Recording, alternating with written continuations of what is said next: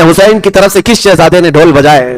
یزیدیوں کی طرف سے جنگ کا آغاز کرنے کے لیے ڈھول بجائے گئے، طبلے بجائے گئے، نقارے، اور اس کے بعد پھر بگل بجا کر کے لوگوں نے اعلان کیا کہ جنگ چھڑ گئی ہے۔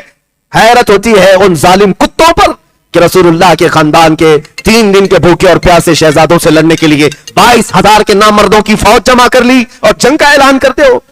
پھر بھی حسین اعظم کا ایک شہزادہ پیچھے ہٹنے کو تیار نہیں، منہ پھیرنے کو تیار نہیں۔ جنگ کا بگل بج گیا تو گھر کے اندر سے خیمے سے عورتیں سہم گئیں کہ کیا حقیقت میں یہ پوری فوج ہم پر ٹوٹ پڑنے والی ہے، یہ رسول اللہ کی امت ہے۔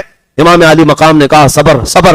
پھر عمرو بن سعد جو سپہ سالار تھا یزیدی فوج کا، لوگوں کو بلایا اور جو جھنڈا اٹھایا ہوا تھا اس شخص کو بلایا اور کہا گواہ رہنا، کمان میں تیر ڈالتا ہے اور سب سے پہلا تیر امام حسین کے خیمے کی طرف پھینکا، کہا تم لوگ گواہ رہنا، جنگ کی ابتدا کرنے والا میں ہوں، سب سے پہلا تیر چلانے والا میں ہوں، تاکہ امیر المومنین یزید کے پاس سے مجھے انعام و اکرام ملے اور میرے لیے جو پروانہ رے کی حکومت کا دیا گیا تھا اس کا میں حقدار ہو جاؤں۔ یہ کیسی لالچ تھی، یہ کیسا حرص تھا، کیسا طمع ہے۔ عزیزان گرامی اوقات، جنگ چھڑ گئی تو حر بن یزید جو شخص تھے جو خیمہ حسین میں ایک رات پہلے آئے تھے، امام علی مقام کے پاس آ کر کہتے ہیں گھوڑے سے اترے بغیر کہ امام مجھے جانے دیں، امام علی مقام مجھے جانے دیں۔ امام علی مقام کے دست پاک کو چوم کر وہ میدان میں آئے۔ یہ سب سے پہلے انسان تھے جو کوفیوں کو للکارتے ہوئے کہا تمہیں پتہ ہے کوفہ میں میرا نام کیا ہے؟ کوفہ میں میرا نام کیا ہے؟ مجھے کوفہ کا پہلوان کہا جاتا ہے کسی کی ماں نے دودھ پلایا تو آؤ۔ کوفی ویسے ہی بزدل لوگ تھے، تلواروں کی جھرمٹ میں آتے اور جھنڈ میں حملہ کرنے والے لوگ۔